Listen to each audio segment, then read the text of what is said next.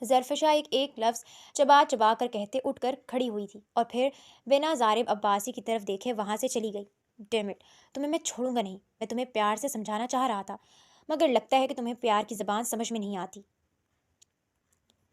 اس کے جاتے ہی زارب نے دائیں ہاتھ کا مکہ بنا کر ٹیبل پر مارا تھا اور اس کی پشت کو گھورتے ہوئے خود کلام ہوا تھا۔ اسے لگا تھا کہ وہ ظرفشا کو منہ مانگی رقم دے کر اسے ارمان صاحب کی زندگی سے نکال باہر کرے گا، مگر ایسا نہ ہوا تھا۔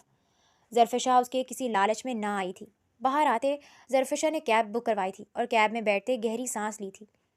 تم مجھے پیچھے نہیں ہٹا سکتے زارب ارمان عباسی، میں جو چاہ رہی ہوں وہ کر کے رہوں گی، وہ دل ہی دل میں زارب سے مخاطب ہوئی تھی۔ زارب کی دھمکیوں نے اسے ڈرایا تو تھا، مگر وہ خود کو مضبوط ظاہر کر رہی تھی۔ اسے اپنا مقصد پورا کرنا تھا اور اس کے لیے اسے ہر حال میں ارمان عباسی سے شادی کرنی تھی۔ اگلے کئی روز تک زارب اسے کال اور میسیجز کر کے دھمکاتا رہا کہ کسی طرح وہ باز آ جائے، مگر وہ ٹس سے مس نہ ہوئی تھی۔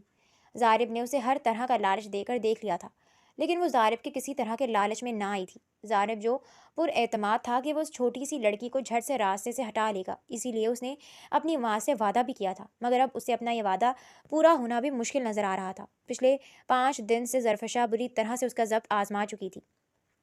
اس کی برداشت اب جواب دے گئی تھی۔ اس نے ایک آخری بار اسے روکنے کا سوچا تھا، تبھی اپنی گاڑی لیے گھر سے نکلا تھا۔ ظرفشا آفس سے واپس گھر جا رہی تھی، وہ پیدل ہی تھی۔ ارمان صاحب روزانہ کی طرح آج بھی اسے ڈراپ کرنا چاہتے تھے، مگر اس نے سختی سے انکار کر دیا تھا۔ آگے آ کر بھی اس نے کوئی کیب کوئی رکشہ نہ کروایا تھا، بلکہ روڈ کے کنارے پیدل ہی چلتی جا رہی تھی۔ اس کا ذہن ایک ساتھ مسلسل کئی سوچوں کی آماج کا بنا ہوا تھا۔ وہ یوں ہی سوچوں میں گم اپنے ہی دھیان میں چلتی جا رہی تھی جب اس کے پاس اچانک سے ایک سیاہ رنگ کی ٹیکسٹو آ رکی تھی۔ گاڑی کو اچانک بریک لگائی تھی، جس پر فضا میں ٹائروں کے چرچرانے سے ارتعاش پیدا ہوا تھا۔ ظرفشا 2 قدم پیچھے ہوئی تھی، تبھی گاڑی کا دروازہ کھلا اور زارب عباسی ایک ادا سے گاڑی سے نکلا تھا۔ اسے کل ہی خبر ملی تھی کہ 2 دن بعد ارمان صاحب اور ظرفشا نکاح کرنے والے تھے۔ وہ اس وقت اسے سے انگاروں پر لوٹ رہا تھا۔ میں نے تمہیں منع کیا تھا نا، تو باز کیوں نہیں آ رہی؟ چاہتی کیا ہو تم؟ زارب عباسی غصے سے ظرفشا تک پہنچتے اس کا بازو دبوچتے تقریباً چلایا تھا، جبکہ ظرفشا اس کے یوں سامنے آنے اور بازو پکڑنے پر خوف زدہ ہوئی تھی۔ وہ پچھلے کچھ دنوں سے مسلسل دعا کر رہی تھی کہ اب شادی تک اس کا اور زارب کا آمنا سامنا نہ ہو۔ اسے بے صبری سے اس دن کا انتظار تھا جس دن اس کا نکاح ہونا تھا۔ وہ چاہتی تھی کہ جلدی سے وہ دن آئے اور وہ نکاح کر لے بس، مگر یوں پھر سے زارب عباسی کی موجودگی اسے ڈرا گئی تھی۔ کیا بدتمیزی ہے، چھوڑو مجھے، اپنی حد میں رہو۔ ظرفشا اس کے ہاتھ سے اپنا بازو چھڑواتے سخت لہجے میں بولی تھی، یہ اور بات کہ اندر سے اس کا دل ننھے پتے کی طرح کانپ رہا تھا۔ بدتمیزی تو میں نے ابھی کی ہی کہاں ہے، میں حد میں بھی رہنا جانتا ہوں، اسی لیے آج آخری بار تمہیں وارن کرنے آیا ہوں۔ باز آ جاؤ اور ڈیڈ سے شادی کے لیے انکار کر دو۔ اگر تم اب بھی باز نہ آئی تو یاد رکھنا پھر تم میری بدتمیزی کہ وہ مظاہرے دیکھو گی کہ کسی کو منہ دکھانے لائق نہیں رہو گی۔ زارب نے پھر سے اس کی بازو پکڑ کر اسے اپنی طرف کھینچا اور سخت لہجے میں بولا تھا۔ اس کی آنکھیں مارے تیش کے سرخ ہو رہی تھیں۔ اس کی آنکھوں میں دیکھ ظرفشا ایک پل کے لیے پورے جی جان سے کانپ گئی تھی۔ اسے اب احساس ہو رہا تھا کہ اس نے بہت دیر کر دی تھی۔ میدان صاف دیکھ کر وہ آرام آرام سے ارمان عباسی کو اپنے جال میں اتارتی رہی تھی۔ اگر اسے زارب کا معلوم ہوتا تو وہ کب کی اس کے آنے سے پہلے ہی شادی کر چکی ہوتی۔ اب زارب اس کی راہ کی سب سے بڑی رکاوٹ تھا، جسے وہ چاہ کر بھی راستے سے ہٹا نہیں پا رہی تھی۔ زارب کے چلانے پر اس نے زور سے آنکھیں میچ لی تھیں۔ زارب کچھ دیر کھڑا اسے دیکھتا رہا تھا اور پھر گاڑی میں بیٹھ کر چلا گیا تھا۔ اس کے جانے کا یقین کر کے ظرفشا نے اپنی آنکھیں کھولی تھی، گہری سانس لیتے خود کو ریلیکس کیا تھا اور پھر پاس سے گزرتا رکشہ رکوا کر اس میں بیٹھتی اپنے گھر آ گئی تھی۔ اللہ اللہ کر کے 2 دن گزرے تھے اور ظرفشا کا انتظار ختم ہوا تھا۔ وہ وقت سے اٹھ کر پارلر آ گئی تھی۔ وہ کوئی کسر نہیں چھوڑنا چاہتی تھی۔ وہ تیار ہو چکی تھی جب اسے بتایا گیا کہ گاڑی اسے لینے آئی ہے۔ وہ باہر آئی اور گاڑی کی بیک سیٹ پر بیٹھ گئی۔ اس نے سوچا کہ گاڑی ارمان عباسی نے بھیجی ہوگی، اس لیے اس نے فرنٹ سیٹ پر دیکھنے کی ضرورت محسوس نہیں کی تھی، اور یہی اس کی سب سے بڑی غلطی تھی۔ گاڑی ایک فارم ہاؤس پر آ کر رکی تو ظرفشا چونکی تھی، لیکن تب تک بہت دیر ہو چکی تھی۔ زارب عباسی اسے اغوا کر چکا تھا۔ پھر زارب نے اسے صرف اغوا نہیں کیا تھا بلکہ وہ اس سے زبردستی نکاح بھی کر چکا تھا۔ اگلی صبح جب زارب گھر پہنچا تو ارمان صاحب سطح چہرے کے ساتھ انتہائی پریشان اور مایوس سے بیٹھے تھے۔ زارب نے ان سے کوئی بات نہ کی تھی، وہ انہیں تھوڑا وقت دینا چاہتا تھا۔ ظاہر سی بات تھی ان کی دلہن بھاگ گئی تھی، انہیں صدمہ تو لگا تھا۔ اب جب انہیں پتہ لگتا کہ ان کی دلہن کے ساتھ ان کے بیٹے نے کیا ہے تو انہیں اور صدمہ لگنا تھا، اس لیے زارب نے انہیں وقت دیا تھا کہ پہلے ایک صدمے سے تو سنبھل جائیں۔ اپنی ماں کو اس نے بس یہی بتایا تھا کہ وہ اس لڑکی کو موٹی رقم دے کر یہاں سے بھیج چکا ہے، وہ اب کبھی واپس نہیں آئے گی۔ اسے یہ جھوٹ بولنا پڑا تھا کیونکہ وہ اپنی ماں کو یہ نہیں بتا سکتا تھا کہ کیسے اس نے اس لڑکی کو اغوا کر کے نکاح کیا تاکہ اس کی ماں پر سوتن نہ سکے۔ ویسے بھی ماں کو یہ سب بتانے کا کوئی فائدہ نہیں تھا، وہ کون سا ہمیشہ کے لیے ظرفشا کے ساتھ زندگی گزارنا چاہتا تھا۔ اس کا ارادہ تھا کہ وہ کچھ ہی عرصے میں اسے طلاق دے دے گا، مگر وہ نہیں جانتا تھا کہ ان کی تقدیر ایک ساتھ جڑ چکی تھی۔ ظرفشا کی آنکھ کھلی تو اس کا پورا وجود دکھ رہا تھا۔ اس نے کمرے میں نظر دوڑائی تو اس کے سوا کوئی نہیں تھا۔ گھڑی پر نگاہ گئی تو دن کے 2 بجا رہی تھی۔ کیا پتا وہ اتنی دیر تک سوتی رہی تھی یا پھر بے ہوش ہو گئی تھی۔ چند ثانیہ وہ یوں ہی لیٹے لیٹے خالی خالی نظروں سے چھت کو دیکھتی رہی تھی، پھر کچھ دیر بعد اٹھ بیٹھی۔ سامنے لگے آئینے میں اسے اپنی شکل نظر آئی تھی۔ اس کے چہرے پر ضارب عباسی کے نشان تھے اور ایسے ہی کئی نشان اس کے پورے وجود پر تھے۔ یہ تم نے اچھا نہیں کیا، بالکل اچھا نہیں ضارب، میں تمہیں کبھی معاف نہیں کروں گی، کبھی نہیں۔ آئینے میں خود کو دیکھتے وہ کہتے کہتے رو پڑی تھی۔ اس گھر کے دونوں مردوں سے اسے نفرت تھی، شدید نفرت۔ اس گھر کے دونوں مردوں نے ہی اسے برباد کیا تھا، چند سال پہلے ارمان عباسی نے اور اب ضارب عباسی نے۔ ظرفشا اور زوفشا 2 بہنیں تھیں۔ زوفشا ظرفشا سے 6 سال بڑی تھی۔ ان کے والد حمید صاحب ایک معمولی سے کلرک تھے۔ زوفشا 15 سال کی تھی جب حمید صاحب پھیپھڑوں کے کینسر کے باعث چل بسے تھے۔ ان کے جانے کے بعد ان کی بیگم ہادیہ بیگم نے ایک اسٹور پر جاب کی اور دونوں بیٹیوں کی پرورش کی۔ کچھ زوفشا بھی محلے کے بچوں کو ٹیوشن دینے لگی تھی، مگر پھر جیسے جیسے وقت گزرا مالک مکان نے کرایہ بڑھا دیا۔ اس کے ساتھ ہی بجلی کے مہنگے بلوں نے ہادیہ بیگم کی کمر توڑ دی تھی۔ ان سے اکیلے یہ سب مینیج نہیں ہو رہا تھا۔ تبھی زوفشا، جس نے جیسے تیسے کر کے BA کیا تھا، وہ نوکری کی تلاش میں گھر سے نکلی کیونکہ ان کے گھر کے حالات دن بدن خراب ہوتے جا رہے تھے۔ گھر کا خرچ تک نکلنا مشکل ہو گیا تھا۔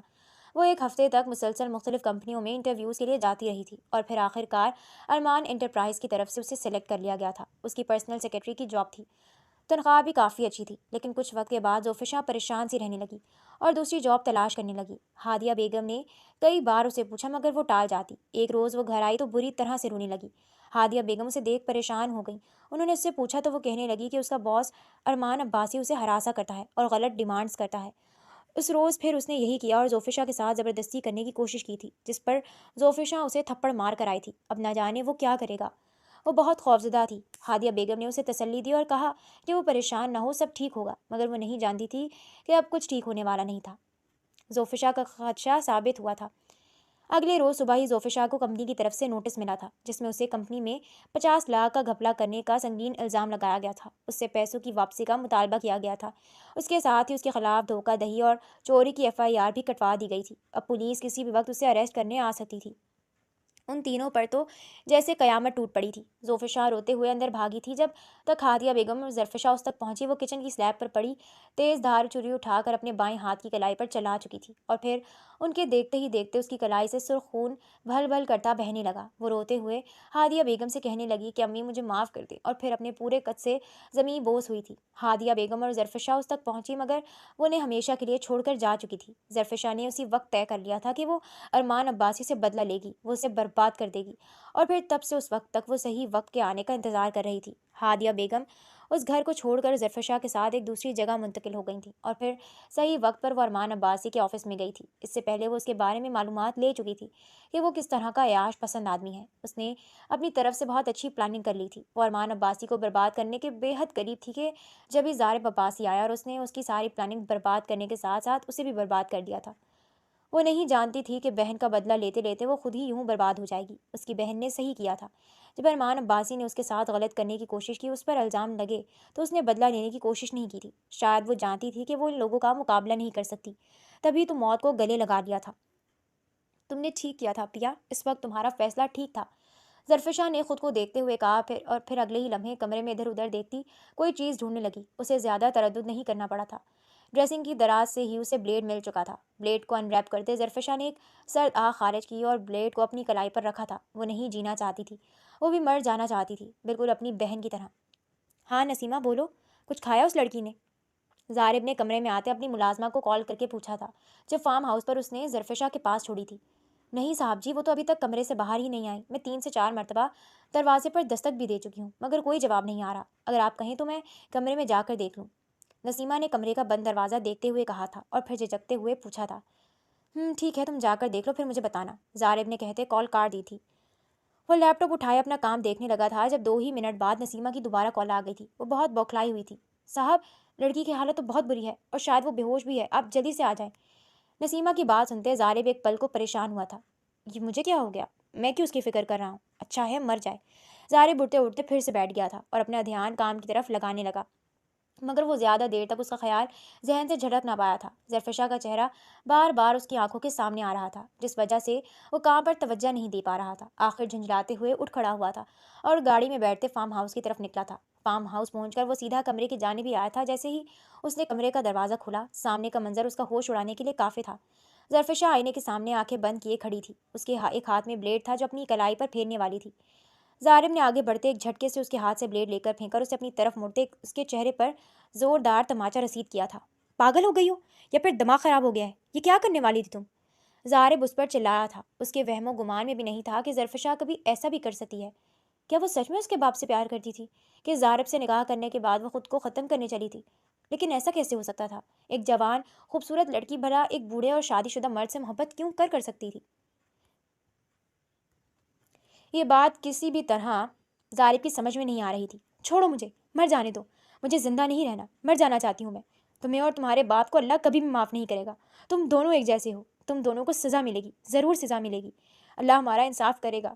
تم بڑے لوگ غلط کرتے وقت یہ کیوں بھول جاتے ہو کہ تم سے بڑی بھی ایک ذات ہے؟ اگر اس نے تمہیں چھوٹ دی ہے تو مت بھولو، وہ لگام کھینچنے والا ہے، اس کی پکڑ سخت ہے۔ تم لوگوں کی پکڑ بھی ہوگی اور بہت سخت ہوگی۔ وہ اس کا گریبان پکڑ کر چلائی اور پھر روتے روتے نیچے بیٹھ گئی تھی۔ اس کی آواز آہستہ آہستہ پست ہونے لگی تھی، جبکہ اس کے الفاظ پر ظالب الجھ کر اسے دیکھنے لگا تھا۔ یہ کیا کہا ہے تم نے؟ کیا کہہ رہی ہو تم؟ کیسی پکڑ؟ کیسا انصاف؟ اس کی باتیں سنتے ظالب عباسی تیزی سے اس کے پاس بیٹھ کر پوچھنے لگا تھا۔ نہ جانے کیوں اس کا دل اسے شدت سے کچھ غلط ہونے کی گواہی دے رہا تھا۔ جواب دو مجھے، کیا کہہ رہی تھی تم؟ ظالب نے تقریباً اسے جھنجھوڑ ہی ڈالا تھا، مگر وہ ہنوز ویسی ہی بیٹھی رہی تھی۔ ویٹ اے منٹ، تم تو ڈیڈ سے محبت کرتی تھی نا، اسی لیے ان سے شادی کر رہی تھی، تو پھر یہ پکڑ، یہ انصاف، یہ معافی، یہ سب کیا ہے؟ ظالب نے اس کا چہرہ اپنی طرف موڑتے اس کی آنکھوں میں دیکھتے پوچھا تھا۔ محبت؟ مائی فٹ! محبت نہیں، نفرت کہو، نفرت۔ نفرت کرتی ہوں میں تمہارے باپ سے، شدید نفرت۔ شادی میں محبت کے لیے نہیں، بلکہ نفرت اور انتقام کے لیے کر رہی تھی، بدلے کے لیے کر رہی تھی۔ میں یہ شادی تبھی تو تم مجھے خرید نہیں سکے تھے، کیونکہ مجھے دولت سے کبھی کوئی مطلب تھا ہی نہیں۔ میں تو تمہارے باپ کو برباد کرنا چاہتی تھی، میں تو اس سے بدلہ لینے آئی تھی، لیکن تم بیچ میں آ گئے اور تم نے مجھے برباد کر دیا۔ اس کی بات سنتے ظالب کی گرفت اس پر کمزور ہوئی تھی۔ اس نے دیکھا وہ واقعی اس کی آنکھوں میں ایک نفرت کا ایک سمندر آباد تھا، اور صاف صاف نظر آ رہا تھا کہ یہ نفرت آج یا کل کی نہیں تھی۔ ڈیڈ سے بدلہ؟ لیکن کیوں؟ ڈیڈ نے تمہارا کیا بگاڑا ہے؟ تم کیوں ان سے انتقام لینا چاہتی تھی، اور کس چیز کا انتقام؟ ظالب نے پوچھا تھا۔ سوچ لو، تم میں ہمت ہے اپنے باپ کی سچائی جاننے کی؟ ظرفشا نے پوچھا۔ میں جاننا چاہتا ہوں۔ ظالب نے صرف اتنا ہی کہا تھا۔ ظرفشا اسے سب کچھ بتاتی چلی گئی تھی کہ کیسے اس کے باپ کی وجہ سے اس کی جوان جہان بہن بھری جوانی میں موت کو گلے لگانے پر مجبور ہو گئی، کیسے ان کے گھر کا شرازہ بکھرا تھا، اور کیسے ارمان عباسی اپنے آفس میں آنے والی ہر لڑکی کو ہی اپنی عیش کا سامان بناتا ہے۔ جب کوئی لڑکی اس کی بات نہیں مانتی تو وہ کیسے کیسے انہیں مجبور کرتا ہے۔ ظرفشا اسے سب بتاتی چلی گئی تھی۔ نہیں، یہ سچ نہیں ہے، تم جھوٹ بول رہی ہو، ڈیڈ ایسے نہیں ہیں، میں جانتا ہوں انہیں۔ ظالب نے نفی میں سر ہلاتے کہا تھا۔ ظرفشا نے افسوس بھری نگاہ سے اسے دیکھا تھا۔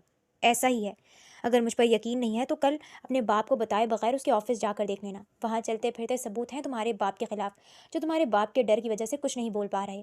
ظرفشا نے انتہائی کڑوے لہجے میں کہا تھا۔ ٹھیک ہے، لیکن اگر جیسا تم نے کہا ہے ویسا نہ ہوا تو اپنے باپ کے متعلق اس طرح کی گھٹیا باتیں کرنے پر میں تمہیں چھوڑوں گا نہیں۔ آئی سوئر تم مجھے پہلے سے برا پاؤ گی۔ ظالب کہتے اس کے پاس سے اٹھ کر کھڑا ہوا تھا اور باہر جانے کے لیے بڑھا۔ اور اگر ایسا ہی ہوا تو تم بھی وعدہ کرو کہ خود اپنے باپ کو اس جرائم کی سزا دلواؤ گے، اس کو یوں ہی نہیں چھوڑو گے۔ ظرفشا اس کی پشت دیکھتے کہا تھا۔ اس کی بات سنتے وہ پلٹا، کچھ دیر ظرفشا کو دیکھتا رہا اور پھر سر اس بات میں ہلاتے وہاں سے چلا گیا۔ ارمان عباسی، اپنی الٹی گنتی گننا شروع کر دو۔ اب صرف میری بہن کو ہی نہیں بلکہ سب کو انصاف ملے گا۔ اب تمہارا اپنا بیٹا تمہارے کرتوت سامنے لائے گا۔ اس کے جانے کے بعد وہ تصور میں ارمان عباسی سے مخاطب ہوئی تھی اور اپنے آنسو پوچھتے اٹھ کھڑی ہوئی تھی۔ ظالب اگلے روز ارمان عباسی کو بغیر بتائے ان کی کمپنی آیا تھا، اور وہاں اس پر جو انکشافات ہوئے تھے انہوں نے اس کے پیروں تلے سے زمین نکال دی تھی۔ ظرفشا صحیح تھی، اس کا باپ انسان کے لبادے میں ایک بھیڑیا تھا۔ اپنے باپ کی گھنونے کرتوت جاننے کے بعد اس کا شرم سے ڈوب مرنے کو جی چاہا تھا۔ وہ نہ صرف غلط کرتا تھا بلکہ اس کے بعد پیسوں سے لوگوں کی مجبوریوں سے فائدہ اٹھایا ہوتا، اور جس کسی نے اس کے خلاف بولنے کی کوشش کی ہوتی وہ پھر زیادہ دن زندہ نہیں رہ پاتا تھا۔ ارمان عباسی اسے اس قدر مجبور کرتا کہ وہ خودکشی پر مجبور ہو جاتا اور اپنی جان دے دیتا۔ زارب عباسی نے اپنے باپ کے خلاف FIR کروائی تھی اور سارے ثبوت خود عدالت کو دیے تھے اور اپنے باپ کو اریسٹ کرواتے اسے اس کے گناہوں کی سزا دلوائی تھی۔ وہ 5 مہینے بعد فارم ہاؤس پر آیا تھا۔ آج ارمان عباسی کو عدالت کی طرف سے سزا سنا دی گئی تھی۔ زارب بوجھل قدموں سے اندر آیا تھا۔ وہ ظرفشاہ سے معافی مانگنا چاہتا تھا۔ وہ اس سے شرمندہ تھا اور جانے انجانے میں اس کے ساتھ بہت برا کر چکا تھا۔ وہ اس سے معافی مانگ کر اسے آزادی دینا چاہتا تھا۔ ظرفشاہ وہ جیسے ہی اندر پہنچا، ظرفشاہ کے بھرے بھرے وجود کو دیکھتے بے یقین سا ہوا تھا اور پھر شوق کی کیفیت میں ظرفشاہ سے پوچھا تھا۔ جواباً ظرفشاہ نے ایک پیپر اس کے ہاتھ میں رکھا تھا۔ وہ امید سے تھی۔ زارب کے جانے کے بعد وہ بھی فارم ہاؤس سے واپس اپنے گھر چلی گئی تھی۔ اس کا کام ہو چکا تھا، اب وہاں رہنے کا کوئی فائدہ نہیں تھا۔ اسے پتہ تھا کہ زارب اسے طلاق دے دے گا۔ اس نے بھی پوری زندگی زارب کے ساتھ گزارنے کا کبھی نہیں سوچا تھا۔ اسے اچھا لگا تھا جس طرح اس نے ایمانداری اور سچائی کا ساتھ دیتے اپنے باپ کے خلاف ایکشن لیا تھا، مگر اس سے زیادہ کچھ نہیں۔ لیکن 1 مہینے بعد ہی اسے معلوم ہوا کہ قدرت ان دونوں کو ہمیشہ کے لیے ساتھ جوڑنے کا فیصلہ کر چکی تھی۔ وہ پریگننٹ ہو چکی تھی۔ بہت سوچ بچار کے بعد وہ واپس فارم ہاؤس آ گئی تھی۔ اس نے سوچ لیا تھا زارب آئی یا نہیں، مگر وہ اب یہیں رہے گی۔ I am sorry Zarfshah, I am sorry, میں نے تمہارے ساتھ غلط کیا، مجھے ایسا نہیں کرنا چاہیے تھا، مجھے معاف کر دو پلیز۔ زارب نم آنکھوں سے کہتے اس کے قدموں میں بیٹھ گیا تھا۔ ان 5 مہینوں میں کوئی پل ایسا نہیں تھا جب اسے ظرفشاہ کے ساتھ کی گئی زیادتی کا احساس نہ ہوا ہو۔ ظرفشاہ ایک لمحہ اس کے شعور میں رہی تھی۔ وہ تو یوں بھی اسے چھوڑنے کا ارادہ ملتوی کر چکا تھا، اور اب تو یہ خبر ملنے کے بعد وہ بالکل بھی اسے چھوڑنے والا نہیں تھا۔ معاف کیا ہے تبھی یہاں موجود ہوں۔ ویسے بھی آپ نے جو کیا انجانے میں کیا تھا۔ اپنی زیادتی کی تلافی آپ اسی وقت کر چکے تھے جب آپ نے میری باتوں پر یقین کرتے اپنے باپ کو اریسٹ کروایا۔ میری بہن کو انصاف ملا آپ کی وجہ سے، میں نے آپ کو اسی وقت معاف کر دیا تھا، ظرفشاہ پرسکون لہجے میں بولی تھی۔ زارب ایک دم سے اسے گلے لگا گیا تھا۔ آئی لو یو، دھیرے سے کہتے زارب نے اس کے بالوں پر